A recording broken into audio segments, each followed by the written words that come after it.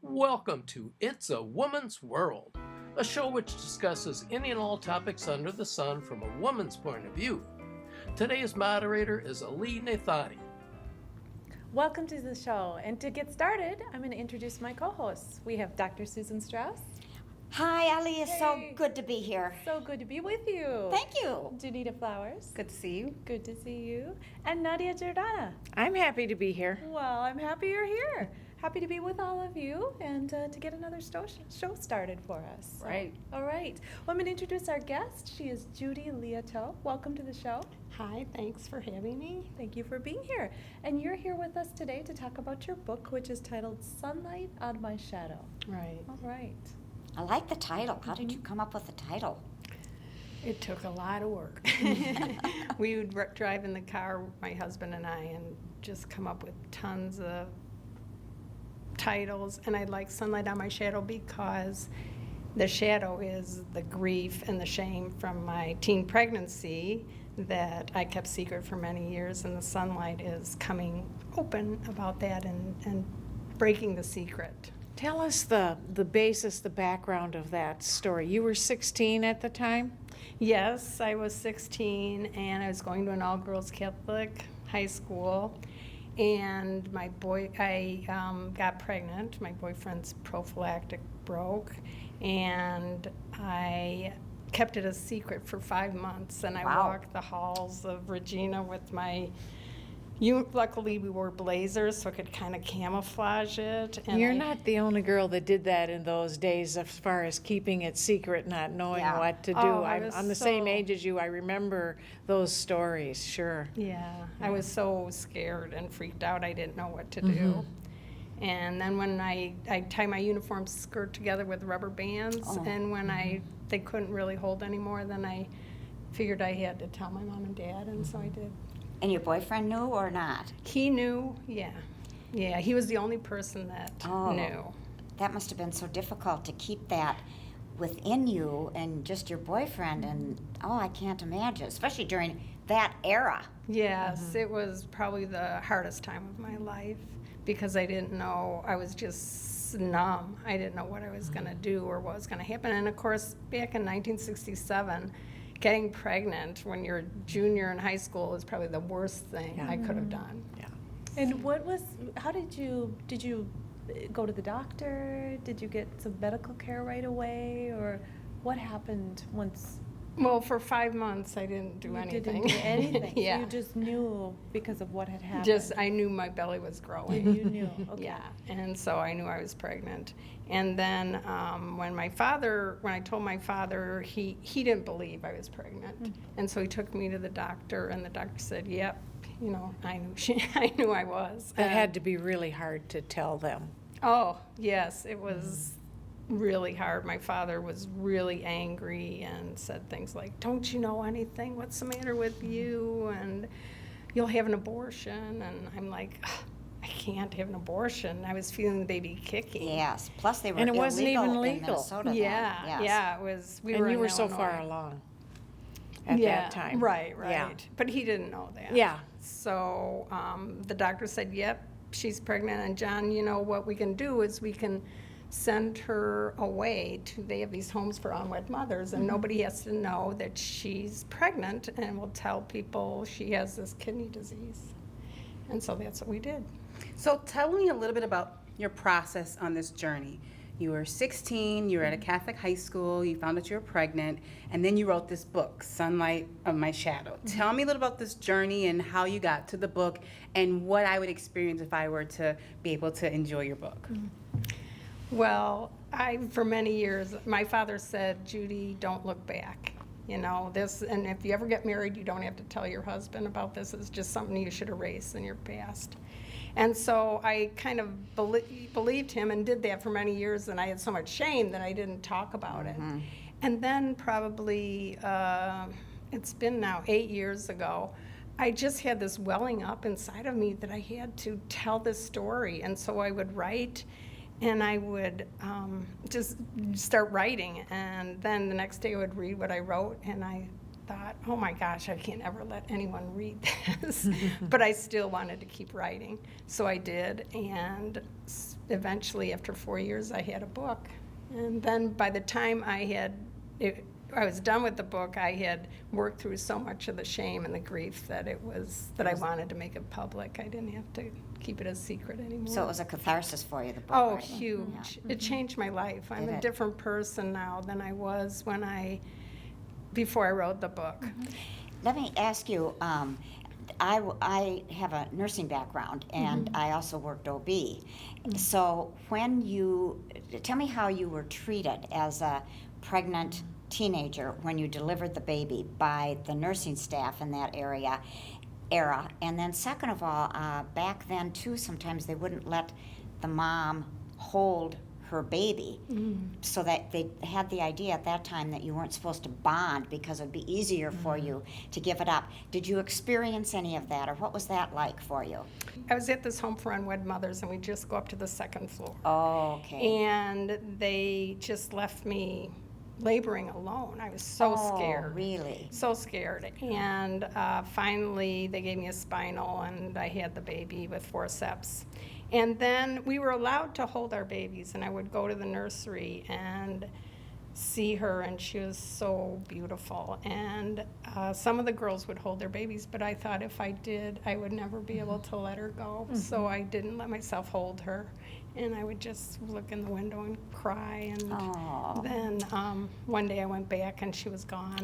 So, yeah. It was, That gives me goosebumps. Yeah, I you get can't that feeling, imagine. okay, now it's done, and then you think you can get past it and forget it, but you don't ever, do you? No, and I thought that I'd just go back to school when I'm a senior and it'd just be behind me, but I didn't deal with any of the grief or shame because I didn't talk to anybody at all when I what a got shame. back. So you're saying you're telling your story. Are you telling a story about the adoption process for a mother that has to give up her child? Is it a story of redemption, of how you had shame and you're able to let it go? What is the story that you're trying to share with others so that they too can find hope in your experience? Well, the story is about having a secret and shame, and my dealing with it as an adult, looking back and realizing how much regret I had for what I'd done. I always hated myself for letting that happen. And then through reliving it and writing, I understood that little teenage girl, and I forgave her. And so now I don't have the shame, and I can talk about it. That's beautiful. Wow. And I was just curious about your boyfriend at the time. Were you still together? Like when you came back, did he talk to you during this time while you were away? Was he supportive? Or were no. you on your own? Yeah. When my father found out, he said, "You're never to see him again." And Mick had kind of, he was still in the picture, but he kind of was very distant. There's 5 months while I was pregnant. And so I finally talked to him and told him that I told my parents and that I could never see him again. And he was okay. And so I didn't. Did they send him to a home for unwed fathers? My dad did not want to involve his parents or let them be involved in it. So he just totally escaped. Did his parents even know? No. Oh. No. To this day, they don't, you don't think? I don't know if they do or not. They might be, I don't know if he ever told them. Now, I'd asked you prior to us beginning the show if you have met your daughter now as an adult. Can you tell us about that? Yes, I really had a need and wanted to know if she was okay. I thought if she had a good family, then it's good I gave her up for adoption. So I sought her out, and How did you do that? How did you see I her? hired a searcher, and what she did is she went through all the birth certificates. You know, back then, the original birth certificate is sealed in a vault, and you cannot have access to the birth mother's name. That's the way we remember it was. Yeah. And so it's difficult to find your child. So the way they did it was she worked at the county with the birth certificates, and she found all the babies that were born on that day in my county and matched the time of birth. Wow. And so then she had my baby's name. And then how did she trace her? So, I don't know, DMV probably, motor vehicle department, and she got her address, and I hired a search angel person to contact her for me. How did that go? She called Karen up and she said, there's somebody in your life that's been thinking of you almost every day since you were born. And Karen said that she thought at first that it was a prank call. And then she kept talking and she said that I would love to meet her someday, and if she was willing, could we meet? And Karen said, well, I'll make the first move. And so so they hung up, and I waited and I waited and I waited. And finally, after about 5 months after that initial call, I sent her a letter. And I said, I know it's hard, but I would really love to just meet you, and I don't expect to have any relationship, but just to know you're okay. And so I got to meet her when she was 26. Wow. How did that go? What did it feel like? It was like my baby, she lives, I had this immediate huge love for her. She was so beautiful, and she gave me a hug when I walked in the door, and I wanted to just pull her in my lap and cuddle her up, yes. but she didn't feel that. So it was very, a lot of mixed feelings. I suppose it would be awkward too. I mean, you don't know what to say, For you don't both know of what you. to express back and forth. Yeah. So you've kept in touch to some degree, haven't you? Yes, we have. We've met probably 6 or 8 times, and we're Facebook friends. I would like to have more of a relationship with her, but I'm letting her set the pace. So. Do you live very far away from each other? She's in Milwaukee, Okay. and that's where I gave the baby up. Okay. so, Okay. yeah. And do you have other children as well? I do. I have 2 daughters and 6 grandchildren. Wow, so you really have a story, because just listening to your story and meeting you for the first time today, I can feel just the emotion from the way you're talking. I mean, it puts sort of this whole experience of women that were, teenagers and growing up in the 60s, a whole other level of empathy in my life for that experience. That's traumatic. It's one thing already. You can't really talk about this thing that's happening inside your body that typically is an exciting thing. You can't talk about it, and then you don't even really know what to do with it, and then you're told what to do with it once you do talk about it, and then now to get on the other side where you want to meet your daughter, you're sort of put in that place again where you kind of don't have control over it again. So I just want to acknowledge the strength that it takes to be able to navigate all of that and then write a book and bare your soul and then give your story so that someone else can have hope. So wow, that's amazing. Yes. Thank you yes. so much. Yeah. Wow. Thank you. So what's next? You've written the book, you've met your daughter, you've met 8 times. What's next for you? Well, I'm still writing. I consider myself a writer, and I love writing memoir. And so my new book is about a trip to South America back in the early 70s with my ex-husband backpacking and all the changes I went through during that. You did some exciting things during that time, didn't you? I read some of your Facebook posts or your blog posts doing that. Yeah, he was an adrenaline junkie, so I had to kind of keep up, and I wasn't comfortable a lot of the time. So a lot of emotions are coming up in writing this book.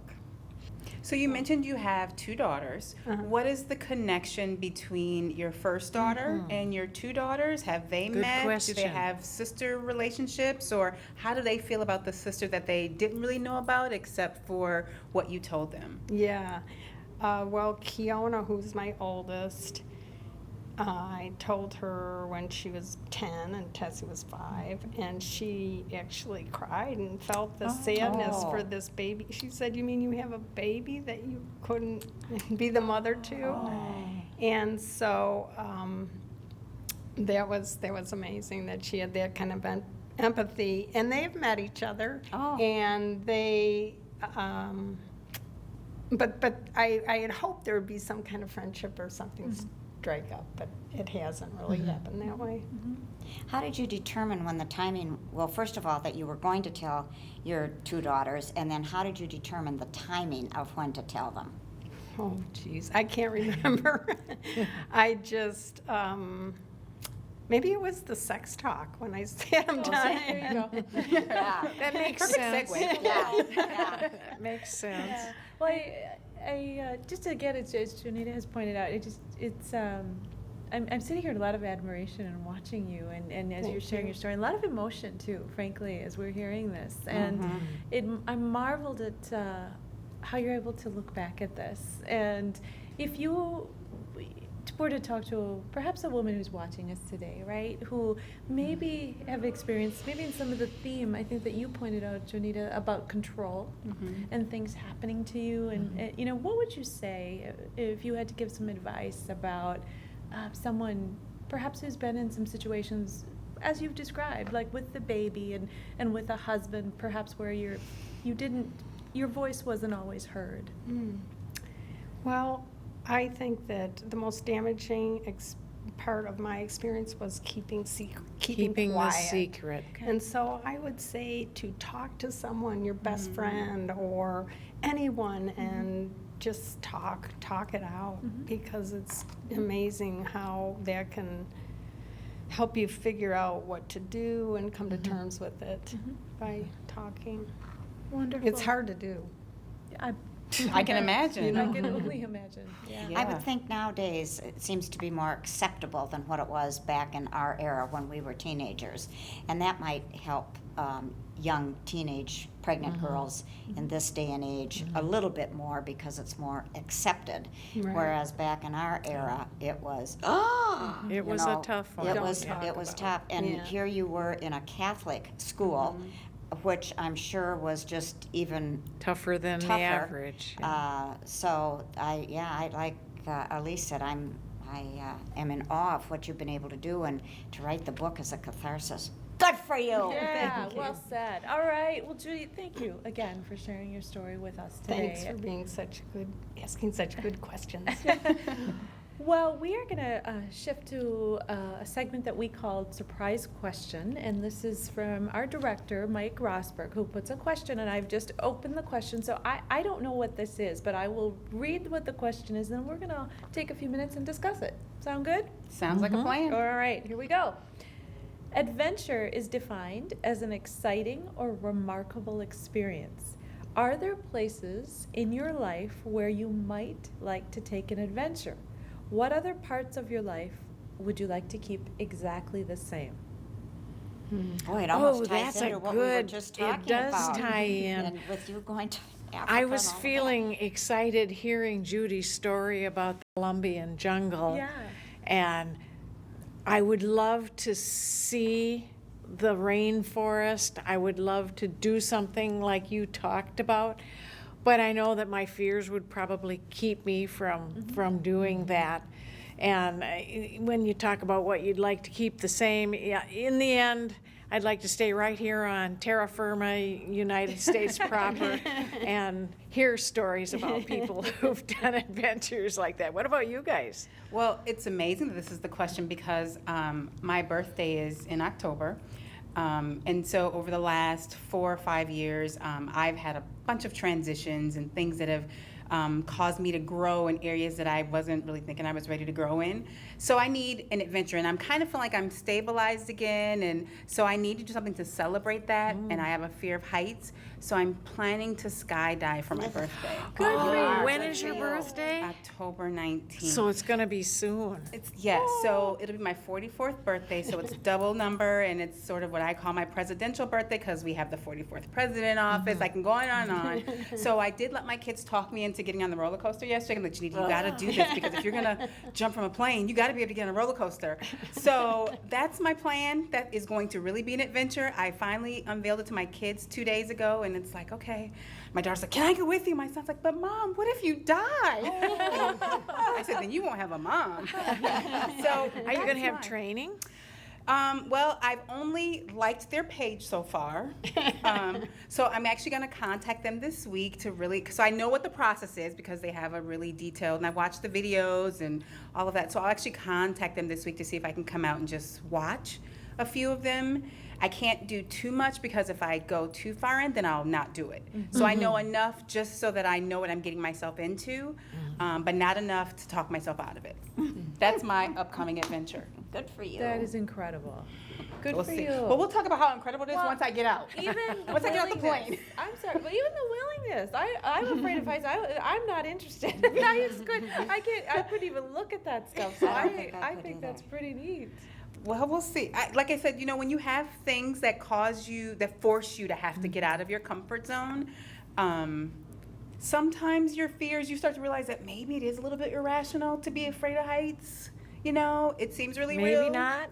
So let's see if we can tackle this. I won't be doing it every day. I will not be bungee jumping. And I will be doing it with, a guide. I won't be doing it by myself because Yeah. you can do that too. Yeah. Then you go through a class. You only go through the class if you're going to do it by yourself. Okay. When you're going to do it a tandem jump, you don't have to do the class, but if you want to do your own jump, then you do I can't remember how many hours they said you do, but you do a class. You're gonna do your own jump. No. Oh, you're doing I'm tandem. still afraid of heights. Okay.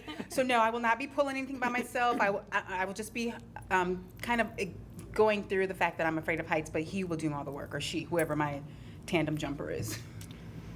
Well, let me share my adventure. Yeah. I would like to, this scares me so badly.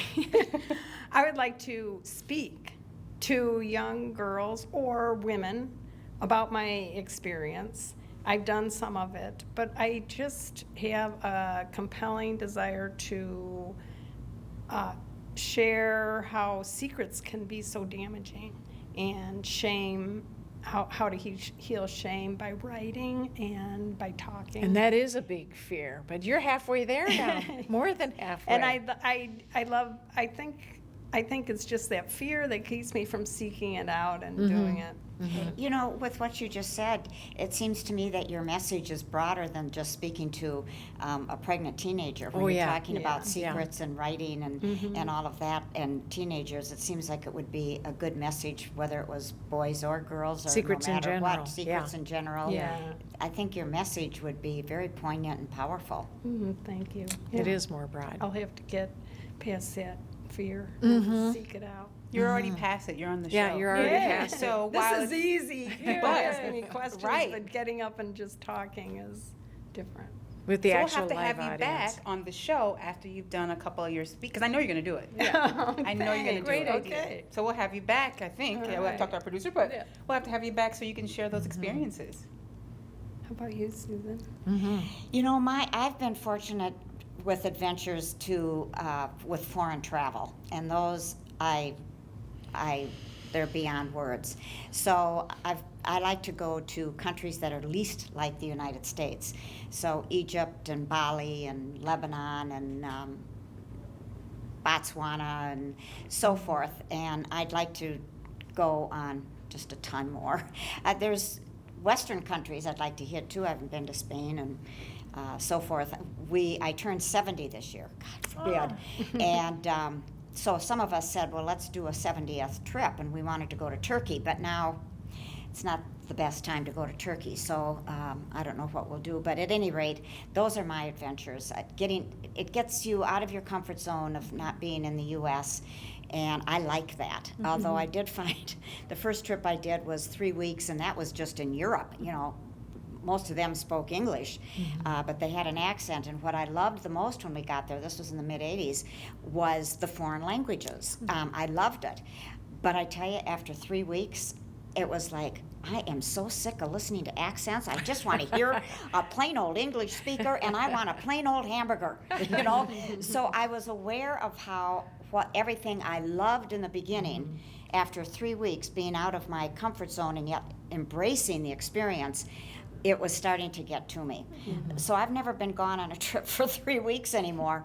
But then when I'm only gone for 2 weeks, then that's not enough either. So I'm a little older now, so I think 3 weeks would be fine. But I love the international travel, and especially to countries that are developing countries or countries that are just not at all Western. Great. Well, we look forward to hearing about that. I know. Yeah, like another one coming up. Yeah, well, I think as I looked at this question, I thought about this in a way that I've been thinking a lot about, and that is just as I look back at life and how fast it goes. And Yeah. I particularly look at that through the lens of my children and what was yesterday all about? So as I am framing up this question, I'm thinking about it in a way that says, in my everyday life, as I go about my job, as I go about my relationship with my kids, my husband, take a little risk.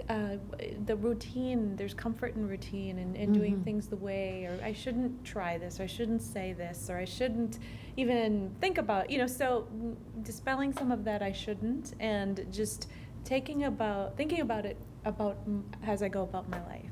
So that's where my Interesting, yeah. because I think to the second part of that, what would you like to keep exactly the same? Well, I think there is a lot of that routine going on where we get into that life and just we're so busy and so busy. So that concept of busy is what I'm kind of challenging right now. What am I busy with? And when I look back at all this, where is the meaning? So I think that second part also hit me. I think so too. I think too, as I turn 70 here in a couple of months and talk to my friends, we feel we're still so darn young, 70 is the new 50 or something, and we're having ourselves a 70th birthday party, and all of our high school friends are getting together for a 70th birthday party. But I think one of the things we've been asking ourselves about adventure as we go into the winter of our lives, and we're baby boomers, and as a baby boomer, we've always been about change and challenging. It's like nothing's really changed, so what next adventure can we go on in terms of just being aging boomers? And what does that mean for us individually, but what does it mean in terms of our country? We've got 2 presidential candidates that are the oldest presidential candidates that have ever run for president. Trump is 70 and Hillary is 68. And I think that's a reflection on the boomer generation and so on. So what can we do? None of us are sitting around twiddling our thumbs. So what do we do? What's our next adventure for this time of our life? Recognizing that the days are getting shorter for us.